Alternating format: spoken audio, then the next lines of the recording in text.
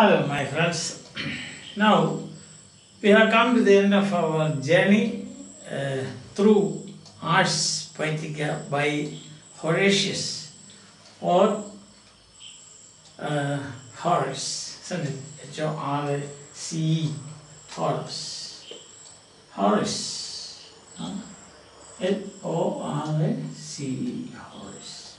So, we're coming to as we come to the end, we have already seen 12 points, now we have 2 more points. And the 13th point is that the question is asked here, nature or training, which makes a praiseworthy poem.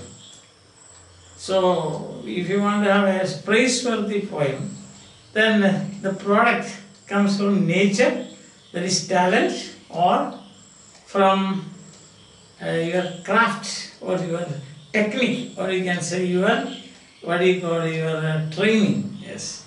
So you can see that in what you may call talent. Earlier we have already seen that what makes a good poet is talent. What makes a poet good is talent. But now he is asking here, what makes a good poem, praiseworthy poem, a great poem, a magnum opus of a poet? Then there he says that it is nature and training should have a friendly assistance. Nature alone and training alone won't do, but there should be a friendly assistance between the two. But at the same time, the very important point to note here is that Horace insists that anybody who has undergone training is much better than a person who relies only on nature. And any lad, any boy who wants to attain his goal, he must have undergone a lot of sweating, freezing, and he must have abstained from wine and women. Only then you will be able to reach your goal, your destination. Now this is a very good advice, I think, then for students also. As students, you should sweat, you should freeze, and you must also abstain from wine and women. That is, women in the sense that this silly romance and other things like that. Think of, an example is given, think of the flutist who plays at the Pythian games. See, probably he must have started studying it in front of his teacher, fearful, just as you learn cycling, so fearful. After some time, most probably, he must have become very proficient in that and also an efficient flutist. And then he says, there's one more point, there is you are a poet, suppose you are a poet, and you have got plenty of land, estates, you have got great investments, you have helped some people, or you have helped a person to stand as a guarantee, or you have saved a person from an illegal or legal lawsuit. What will happen is that a crowd will gather around you. You are a poet, but you have got all these worldly riches. Then a crowd will gather around you like that of an auctioneer. An auctioneer gathers crowd around him. Just as these things, that is the worldly wealth and riches and your influence, should definitely bring a swarm of bees around you. That maybe for something say like grinding an axe, yes, or you can say an axe to grind, you say. What is an axe to grind means? That is a phrase meaning that some selfish motive. And to such a person or persons, if you read your poem, they will say that, oh, it's wonderful, it's great, it is grand, we have never seen such a thing. It is as if the angels or God himself has come down and written this. So you will never get the direct, an honest answer. Says it is like a hired mourners. So So from these higher admonish means when a person dies, the members of the family, they are unable to mourn for him. What a pitiful situation, isn't it? So what do? They hire, just as you hire laborers, they hire mourners, means for weeping and crying. They come, they weep and they cry, they fill their eyes with the tears, and tears trickle down one by one like that, but actually what happens is, we know that they don't have any feeling for this dead man, and this dead man has nothing to do with these people also. So it is hypocrisy to the extreme. In case you have got people like this around you and hypocrites around you, then please, he says, do not read your poems to them and get an assessment from their lips, because what they will be dishonest. They are insincere.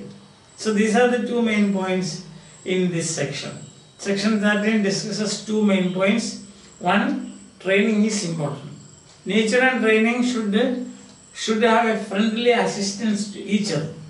He gives the example of the flutist who plays the Pythian games, and he also says about if you want to achieve anything in this world, anything serious in this world, you have to sweat, you have to freeze, you have to abstain from many of your pleasures such as your wine and the women. And then second point that he deals in this section is, that is section 13. 13 is a very, what is it called, say a number that may cause some kind of fear in you. Triskaidekaphobia, they say. Triskaidekaphobia, 13. Triskaidekaphobia. That is what you call fear or hatred towards number 13. That is triskaideka. This is number 13. So here he discusses what? Discusses training and nature. Important. He gives examples by the flutist who plays at Pythian games. And he says, young people who wants to achieve something, they should sacrifice a lot of things. The second point that he deals with is, first one is this and second one is, he says, a rich poet who has got investments, who has got land, who has got influence, etc. There will be people flatterers. So beware of the flatterers. The flatterers are just like a hired mourners. Understand? Mourning. So crying is. They are like M-O-U-R-N. They are just like hired mourners. M-O-U-R-N-E-R-S. Crying. So don't ask any opinion from them. Understand? So beware of flatterers. That's the main point. Now the 14th point is, and the last point here is, says, so we are shifted from 13, the difficult number is over, that is a number that everybody is afraid of, that is over. Now you have got 14, that is the last point, the last law, know your faults. Anybody, whoever it is in this world, they will have their faults. You should accept that. Because there is, if you read, he gives the example of Quintilius. If you read something to Quintilius,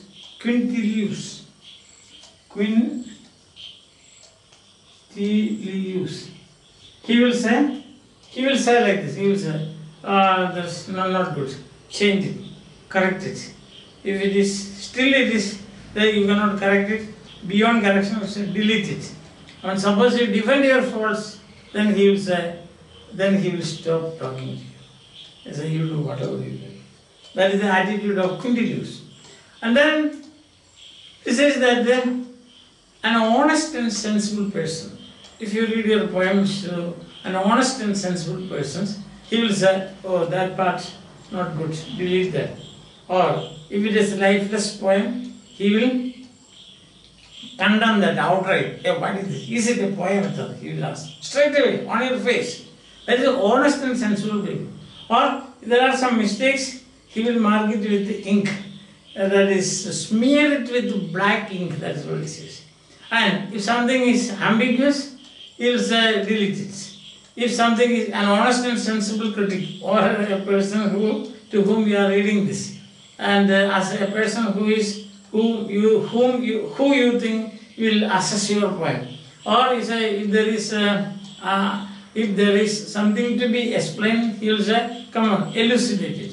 But suppose you go on defending, nothing can come. He says, I don't care what he says. What I know I have got self-esteem. What I have written is fine, excellent. If you think like that, without accepting your force, he says, nothing can be done, you will fall into a pit. You will fall into a pit, and some people may drop a rope to you to pick it up, then immediately they will change their mind to pick you up. Then immediately sometimes they will change their mind. He might have deliberately fallen in that. Why should I help him? And Horace categorically says, that's a very sad thing what he says. He says that a person who wants to die, if you save him, it is like murdering him. That's what he says. A person deliberately, if he wants to die, if you try to save him, it is like murdering him. He says, because he says this, he calls them crazy poets. That's what he says. Poets who refuse to accept their faults and change. Now, if you want to change, then you have to accept your mistakes. If you don't accept your mistakes, then what will you say? It's all right, I will defend myself. Such persons, he says, they are crazy poets. So nobody can help it. Their fate, nobody can help it. See, a very good example of that he gives, that is of Empedocles. Empedocles, the Sicilian poet, he wanted to become immortal like God. So what did he do, He leaped into burning Etna. Etna is a volcano. So he leaped into burning Etna.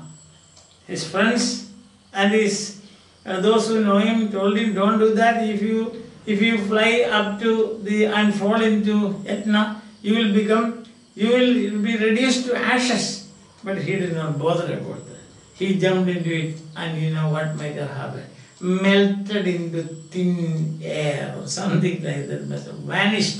Vanished in the flame. That's what happened.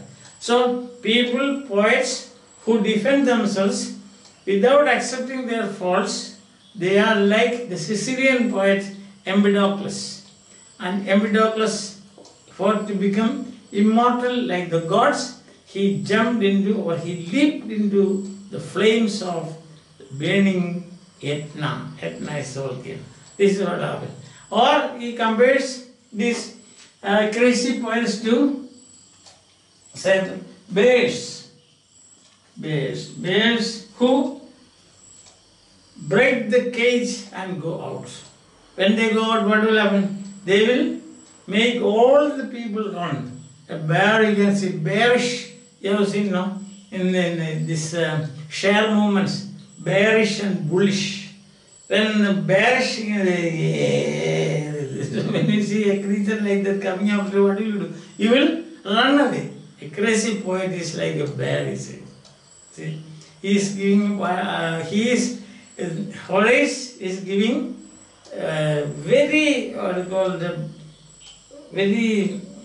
he hates these crazy boys. See that? So he himself is crazy when he is speaking about crazy boys. See? So he says he is like the Sicilian boy. He is like the person who falls into a pit. He is like a bear who comes out of the his cage, breaks his cage and goes out and frightening other people. And finally he says he is like a leech. What happens is, what does the leech do? The leech will cling to your skin and go on sucking blood, and it become like a ball, so that is swelling like a ball. Understand? A crazy poet is like that, he says. He comes He will not go from you. He will stand near you. He will make you listen to his poems. Then what will happen here? You are losing your energy and he is becoming round like a ball. Understand? So that is the last sentence, that is the last line in this poem. About the art of poetry, leech. The crazy poet is like a leech, and thus the poem 476 lines. On just plus 42 lines to T.S. Eliot's The Wasteland. T.S. Eliot's Wasteland is 434. This is 476. That is the difference of 42 lines. Yes, that's all. I just because both are long poems, that's why I compared, and nothing else otherwise. No, there is no other point for comparison of what our T.S. Eliot's poem and this. So the lawgiver Horace, the Roman lawgiver, the Roman who wrote, laid down principles of poetry, and as we can see, the whole thing is about 14 sections, we can say, or 14 lines, 14 points. And to start with, we will have a summary of this, a quick summary, a quick, what is called that would be useful for for UGC net, a quick summary. That is a quick review. First, you remember about now. What is the first point? Keep to nature's original. Keep to nature's original. What does that mean? There should be no distortion. Distortion of things created by God, so to say. See, at the very first sentence, so first line you will see, human head should not be attached to a horse's neck. So thus goes the list of distortions which he says we should not do. Second point is choose manageable subjects. Manageable subjects. Then what will happen? Eloquence will follow. Choose manageable subjects and the eloquence will follow. Words, if you want to use, take it from Greek font. It says. Skilled juxtaposition is justified, like the metaphysicals. And also there is a very good comparison of old words and new words. It says it's like leaves in the tree in a forest. The old words, the leaves, old leaves you can see, old leaves. Or aged leaves, the tree will shed. Like that, aged words will be shed by language. New words will come up. Understand? But at the same time, there's a lot of other things you can revive the new words, you can enrich the language and things like that we have already seen. I am only focusing on the main points. Okay. Now the third point is manageable subjects, then eloquence will follow. Eloquence means excellent speaking. Eloquence means excellent speaking. Loquere, Latin means to speak. That is loquacious now, means speaking always. Some people are loquacious, means they are always speaking. Eloquent means excellent speech. Eloquence will follow, and also he speaks about words. History of words, you can say. Words. Words like leaves in a tree. Yeah. Then the third point we have already seen, that is, you should follow tradition. You should follow tradition. What do you mean by tradition? That is Homer, epic. If you are writing an epic, follow Homer's tradition. Then if it is sorrow, then grief, it is lament, then it's elegy.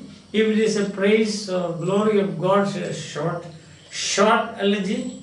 And if it is love and adventure and you are singing about a horse, a winner in a race, and so on, you write lyric and ballads also, lyric and ballads. And if you are tragedy and then comedy, then tragic comedy, these are the things that you can follow, you should follow also. Not all of a sudden you start some other genre, means that cannot be accepted. The fourth is be consistent. Consistent in characterization. What is consistent in characterization mean? If you are describing Achilles, he should be furious, he should be above law, he should be arrogant, and he should be always active, and he should never down his weapons. Understand? And emotion should be shown on the face of the poet, on the face of the character. Anger, if you give threats, then the face should be full of anger. In fact, in here what happens, you can say there is something to do with the ragas. Indian aesthetics, raga. Anger should be anger. See that? Pleasant should be very pleasant. Indifference. So these things that you should show. You cannot say, and you cannot picture an Achilles smiling and killing Hector. Achilles will be so horrible. So there you can see the resas. The resas, not ragas, but resas. So the resa theory we say, no? That is in the Indian aesthetic we say. So that is what actually he also says. If you are an angry man, show that anger. If you are a loving mother, show that love. Understand? If you are a playful person, be playful. So smiling and things like that. So that is ragas, the theory. Oh, not ragas, but resa, isn't it? So you can say consistent, you can think about resa theory of Indian aesthetics, resa theory of Indian. So like comparison we can make between that. But it's the same thing as the writing, there's nothing otherwise. Then the fifth point is characterization. That is, there it means he, as we have already seen, he recognizes 4 stages of man. That is, a lad, a beardless young man, then manhood years, and aged man. An aged man should not speak like a young lad. An aged man should not make love with a young girl. But there is, you can see in Walpole, in Johnson Walpole, you can see that Walpole, he is fox, he is making love, he is trying to make love with the Celia. You remember that, no? You must have read that in your first year, your first semester. So that is not allowed, that's bad. It was a hypocrisy that we know, but even then, according to Horace, that is not justified. Understand? So aged man should speak wisdom, he should be slow, he should be considering the pros and cons. But a young man, spirited, and they always sorrow, not always sorrow, grief, is grieving for a beloved, and such kind of thing such a character should be. And he should be characterized in that way. That is characterization means.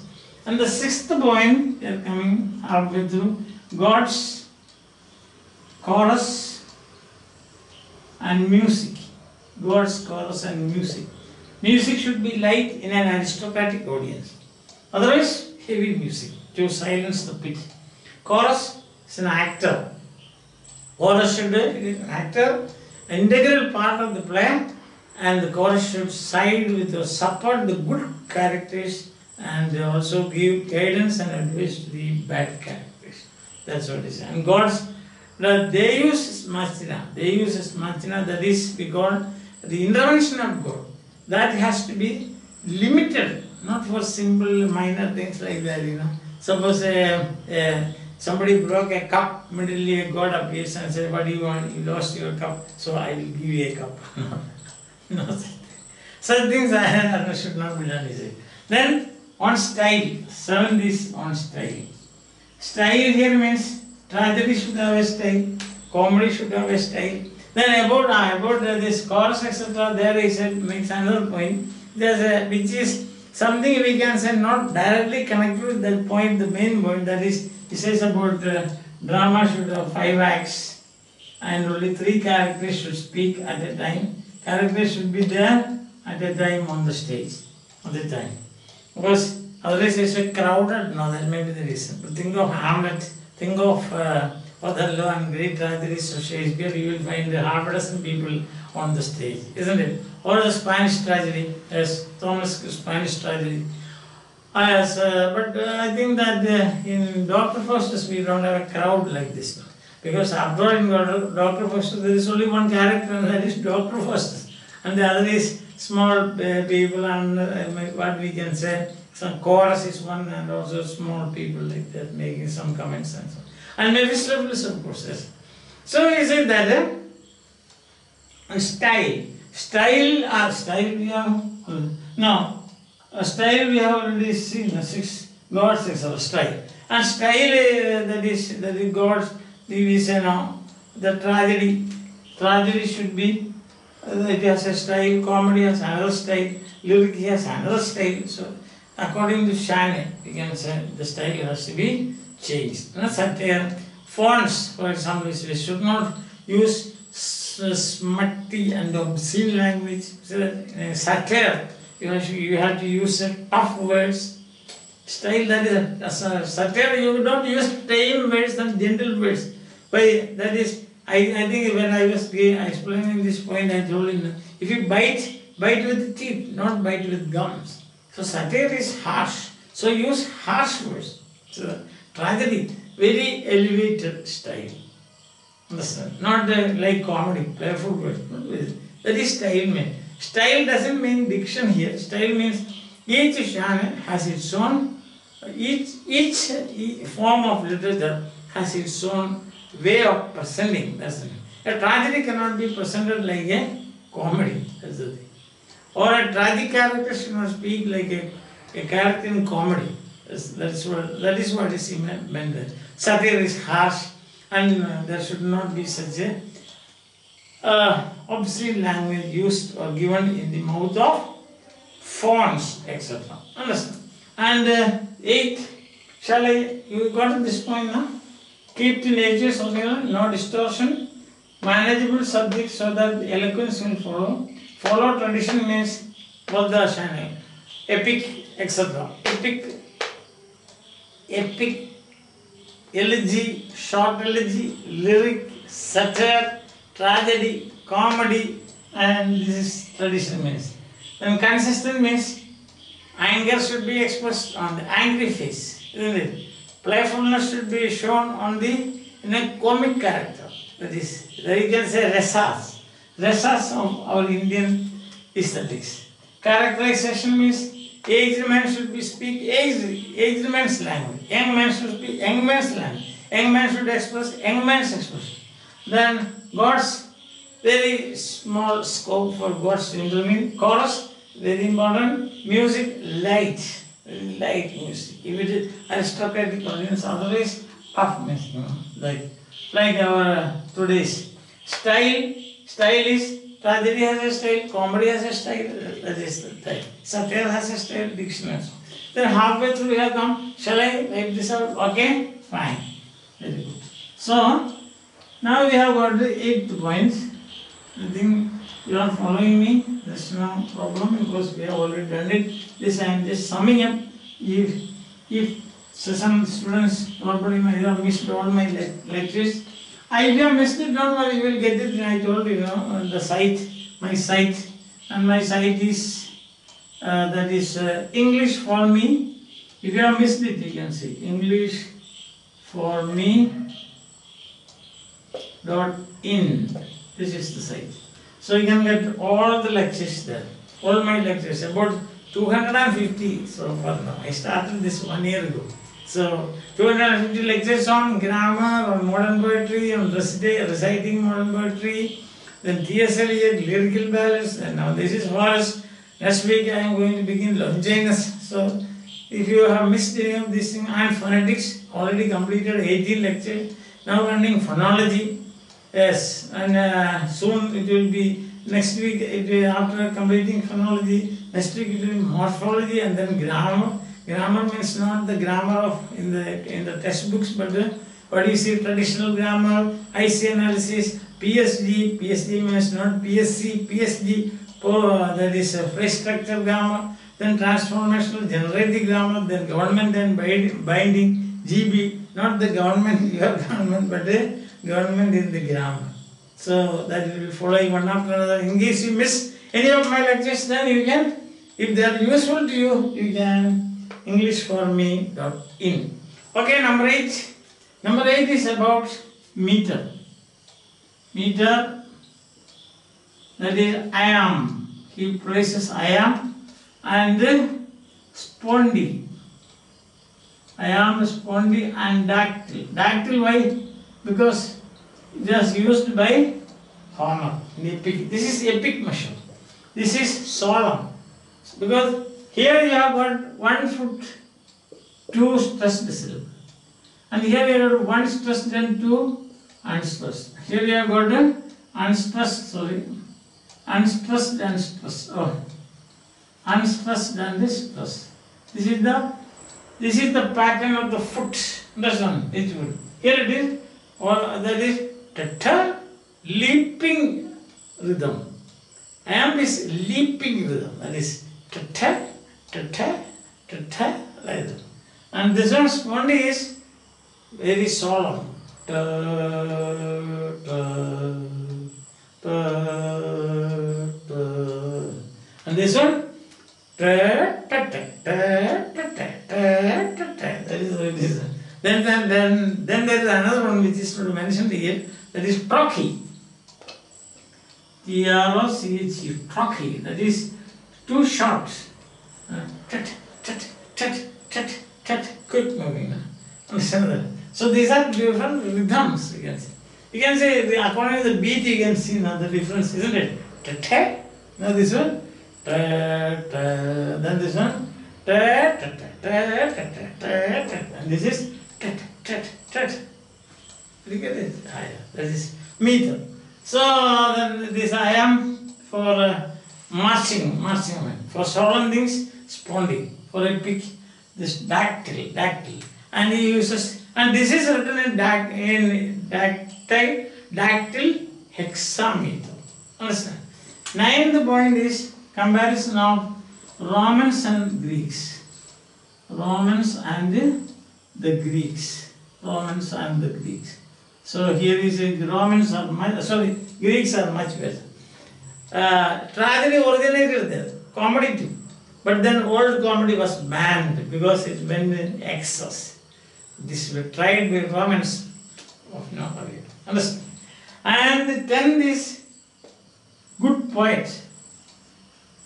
What makes a good poet? That is, a good poet, wisdom. Wisdom makes a good poet. Isn't it? Wisdom is the key to this good poet. Talent, not technique. That's what it is.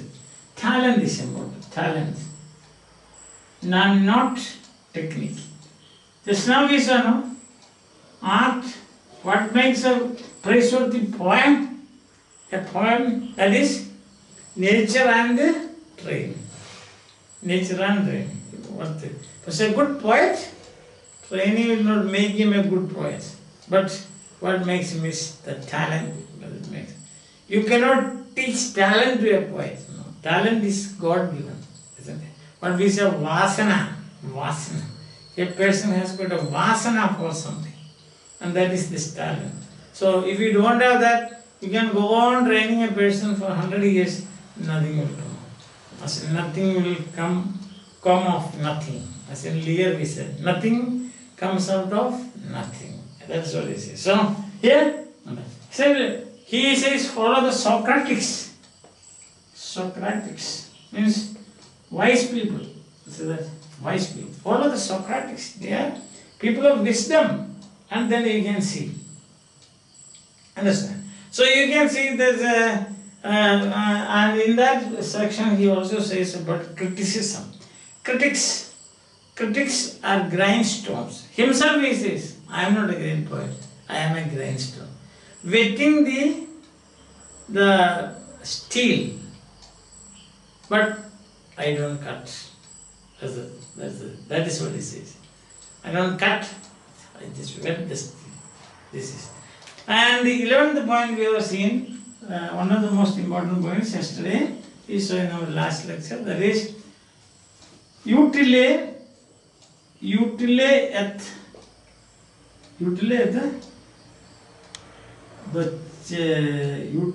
docere, isn't it? Yes. Instruction, docere. Pleasure and instruction. Combine pleasure with instruction. This. And also we have this dulce, that will make it eddoce. Means dulce means sweet. Sweet. So utile et docere. Simple. Utile. Utile et docere. That is instruction, combine instruction with the, yes, that is what it says. And look at homework on that. And 12th point also we saw yesterday, what was the 12th point? Utile et docere. And the 12th point that we saw is then mediocrity will not be allowed. No question of mediocrity. No mediocrity.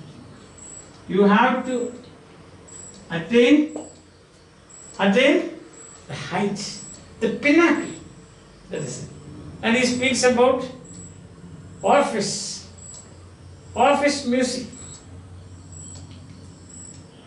That is taming ferocious animals. Amphion,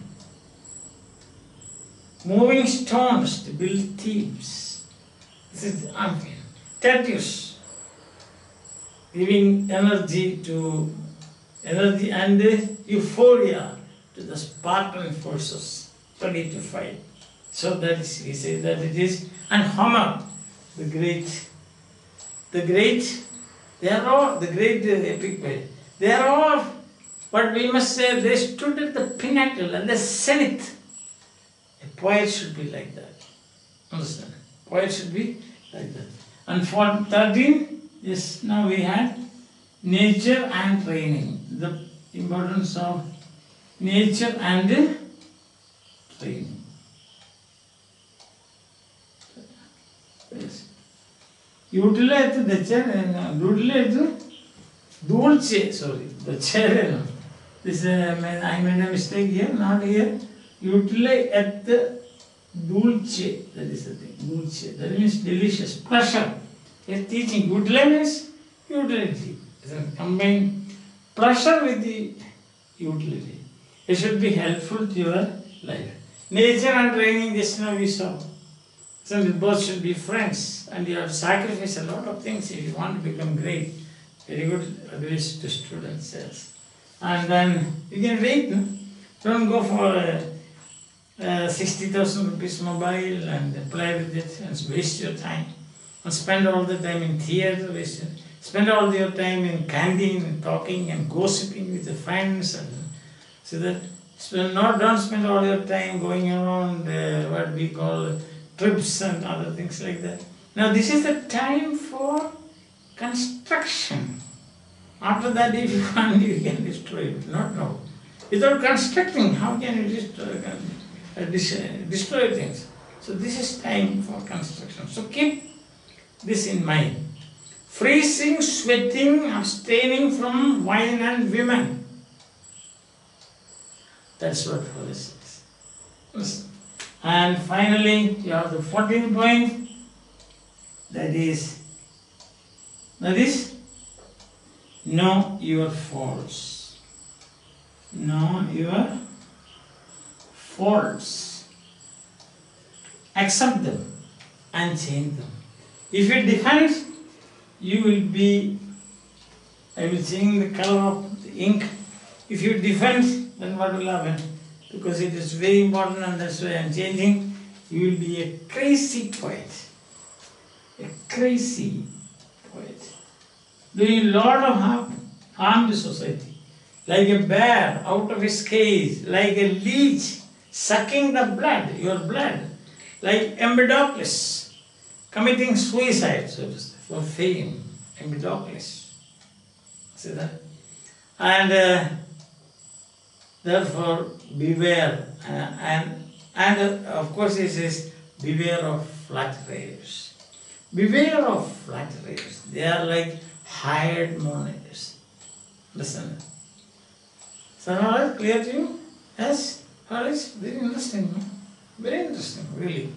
So after reading Aristotle's Poetics, if you read that together, that is the foundations, you can say, of aesthetics, that Western literary theory, Western critical theory. These are that too. And now we have got another Another very important person, of course, from a different angle, sublime. On the sublime. What is sublime? That's it. Of course, two things I would say about this. He doesn't, nowhere you can see that concept of sublime in Horace. If you go through all the 14, one place you can say that is you must reach the highest point. Yes, if you consider that sublime, that is what you call a direction to, that shows a direction towards sublime, isn't it? The highest one, like Orpheus, Amphion and so on is sublime. They might have reached that point of sublime. Another thing is the tradition, tradition, that part, I had already mentioned already, tradition. Tradition, it doesn't give much importance to individual talents. Tradition and the individual talent is very dynamic. So always, what we must say is changing, always in flux. See, like the philosopher Heraclitus said, you cannot have a bath in the same river twice. That's what he said. Because after the first bath, the second, the water has already changed.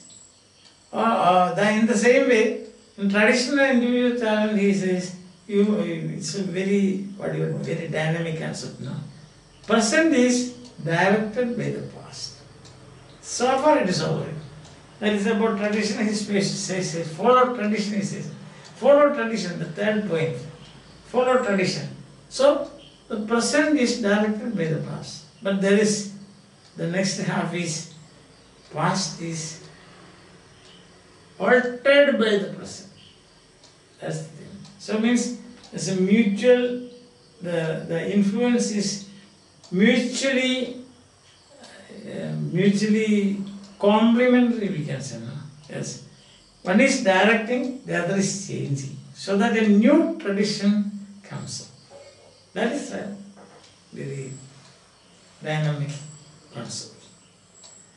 So that I have given 3 lectures on traditional and individual talents. So if you have time, we can go through that. Or if you visit this site again, englishforme.in, you can see that. You can listen to those lectures. You can also make your comments. I think we can wind up today. This is our last lecture on Horace. That is Quintus Horatius Flaccus. That's his full name. A friend of Octavius is this. So he lived in the glorious period of the Octavian period. Augustan period, not Octavian period, Augustan period. Understand? In fact, earlier he fought against Augustus Caesar, but he managed to get his favor through a person called Maecenas. He was a friend of Maecenas, was very close to Augustus Caesar, and Horace was a friend of Maecenas. That is how he comes into the circle of the Augustans. Understand? So this is all very fine. I think it was a very good, what's called, what we may say, a very good exercise. Yes, it's a very good exercise. Learning, studying and going through all the different 14 points of this great critical poem. It's written in verse, it is written in verse, and sweetness of verse as well as the intellectual, positively speaking, irritation, intellectual positive irritation, understand? That gives to your brain, when you go through this. Hope that this will be very helpful to you. If you have got any doubts or any objections to what I said so far, if you want to criticize me, if you want to point out my faults, if they are faults, sure and certain, I will accept. I will not be a crazy teacher. I will be like a crazy poet I will definitely be receiving or accepting. I won't be defending my faults. Okay? I promise. So, have a nice time. Enjoy your life. Take things easy. Bye.